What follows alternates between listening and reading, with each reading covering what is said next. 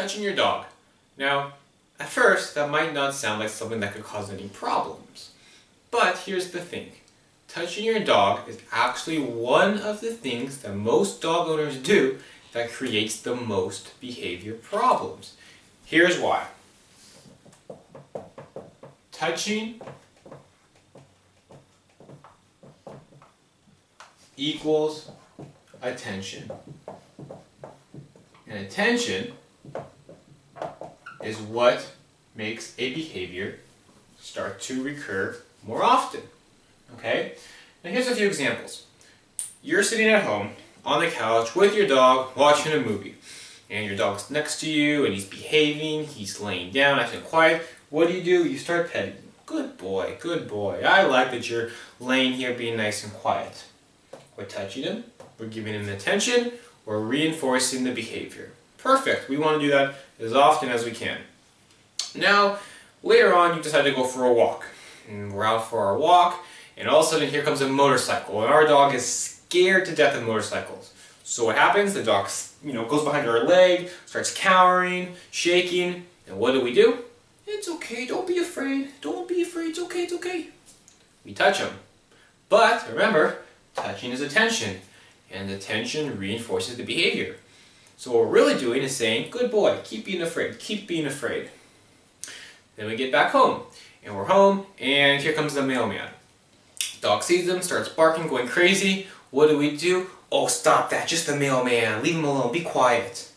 What the dog hears is, good boy, get that mailman, go, get.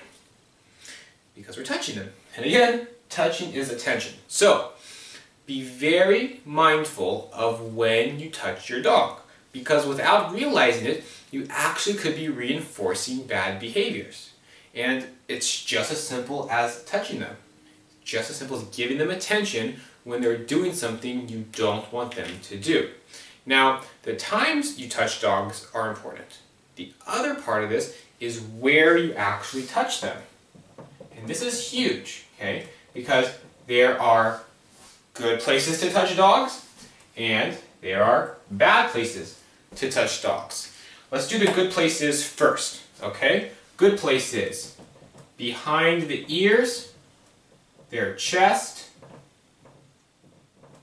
under the chin, and belly. Squeeze that guy in there. Alright?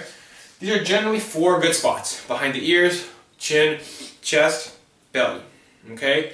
Now, most dogs will like this. You're always going to find some exceptions to the rules. There's going to be some dogs that you actually will find don't like these spots. Maybe 1 in 100 I encounter is the reverse, doesn't like these. Spots not to touch your dog. Top of the head. Alright? Good old pat on the head, don't do it. Alright? And their back. Another bad place to touch dogs. Alright? Top of the head, back. Doing this is not a reward to your dog, okay? Now, I'm not saying don't ever touch your dog on the top of the head, don't ever touch your dog on the back. I'm telling you, number 1, don't do it as a reward. Number 2, be mindful that if your dog doesn't like these spots, you're likely to get growled at, and if you really don't stop, you're going to get bitten, okay? Dog's right to do it because we've proven dogs don't like these spots. Maybe you're wondering, okay, how do you know dogs don't like the top of their head being touched? Well, here's what studies have done, people have been able to show and prove. They would touch dogs in different spots. And when they would touch them, they would look for warning signs. Things like licking the lips, yawning. There's a whole other video on warning signs you'll want to watch. And they would find that the signs that dogs gave off were most common when they were touching them in certain spots, and they were almost non-existent when they touched them in these spots, right? So, there are actually some science behind where dogs like being touched. Now, keep this in mind. When you want to reinforce a behavior and you want to give your dog praise and you want to use attention in petting them, touch them in spots they like. Alright? I wouldn't use this as a punishment. You know, it's not a good idea to go dog's jumping, bad dog, and pet him on the back because, again, you're giving them attention. So it's not really a punishment. It's just something, it's more of an annoyance. They just simply don't like it. Alright? So again, if you want to pet them in these places for your benefit, you can do it. I pet my dog on the top of his head, but it's because I want to do it. I would never go, Max, sit, that's a good dog, pet him on the head. Max, down, that's a good boy, pet him on his back. If I want to go over and do it because I just want to say hi, fine. But I know the risks, okay? Here's another thing with touching your dog. It's a big no-no that I see a lot of children do, okay? Hugging. Don't hug dogs, alright? Hugging your dog, you're asking to get bitten. Don't teach children to hug dogs because they're going to get bitten. My own dog, who lives with me, who knows me, who who's grown up around tons of dogs, tons of people. If I go up to him and I start hugging him, I've got about maybe 7 seconds before he starts to growl.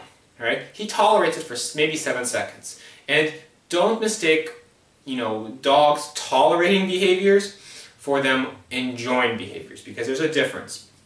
A lot of dogs have, quite a threshold of how much they'll tolerate before the warning sign starts, before they growl, before they bark, before they bite, okay? So with, touching, that's an important thing. Keep in mind where you're touching your dogs, okay? If your dog is doing a behavior that you don't like, don't touch him during that time. If your dog is doing a behavior you do like, then it's okay to touch it as long as you want to reinforce it, okay? So, now that you know this, be very mindful of touching your dog. Tone of voice. Very important, the way you talk to your dog and the tone of voice you use. And when people hear the tone of voice and I ask people, what do you think that means?